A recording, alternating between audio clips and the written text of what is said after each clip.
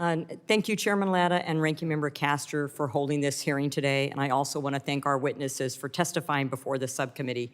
If you go to the House chambers and you look above the seat of the Speaker, you'll find a saying that says, "Let us develop the resources of our land."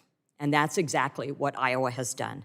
Iowa stands as a powerhouse in America's renewable energy landscape and has transformed its agricultural abundance into vital biofuels, producing over a quarter of the country's fuel ethanol and biodiesel, and trying to get into sustainable aviation fuel as well. Its wind turbines, second only to Texas, harness the strong prairie winds to generate an impressive 59% of the state's electricity, and we're a net exporter of electricity. This blend of agricultural might and renewable energy innovation has positioned Iowa as a crucial player in America's energy sector, offering its residents some of the most affordable electricity rates in the country while maintaining high per capita energy consumption and also bringing businesses into our state that rely upon this mix. We know that for the United States to be competitive economically, that we have to have abundant, affordable, reliable, secure energy, and that's what this hearing is about. Mr. McKellen, I don't have a question for you. I just want to thank you for your many years of service as a fellow veteran. Ms. Eversole, thank you for also mentioning the TCJA. It needs to be reauthorized at the earliest possible date for stability and continuity. Mr. Arnold, thank you for mentioning 45Qs.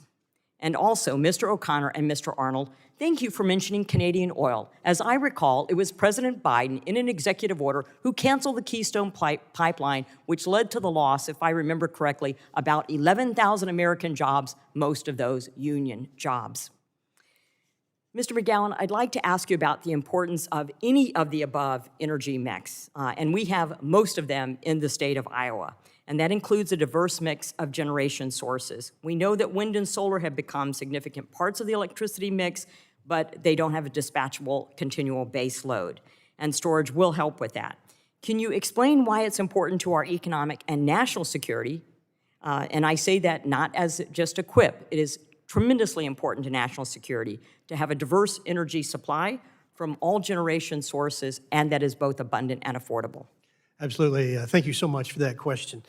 Like we said, don't put all of our eggs in one basket, have difference. And as I listen to both sides, believe it or not, I think there's more consensus here than maybe we might think about some days. We do need an approach that includes everything in our energy mix. And that particular mix, the percentages of that mix will change over time as technology and innovation move forward. The trouble is if you push a transition, and leading experts say transitions take years, decades, or even centuries. You cannot will it through congressional mandate overnight. Molecules do not respond that way.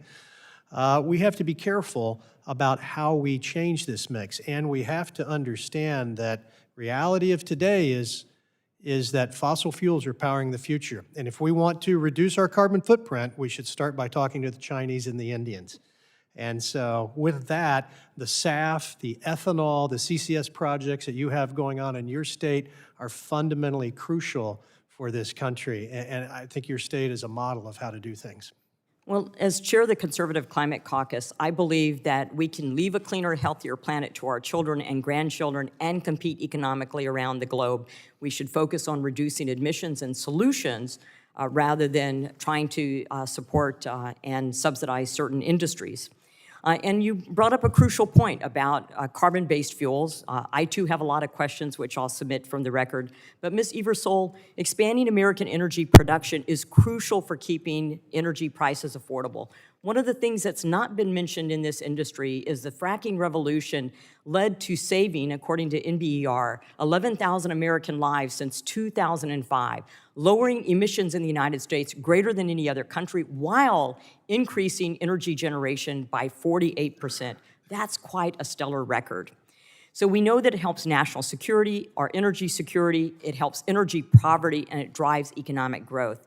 The administration has taken important steps like restarting the LNG export approval process. In your view, what additional actions are needed to reduce barriers and accelerate development of America's vast energy resources, because demand is only going up and we need every energy supply generation that we can possibly muster using our natural resources? Thank you, Congresswoman. I would point to API's 5-point policy roadmap that contains solutions that we all need to benefit from. Thank you. I'll submit questions for the record. I yield back. Thank you very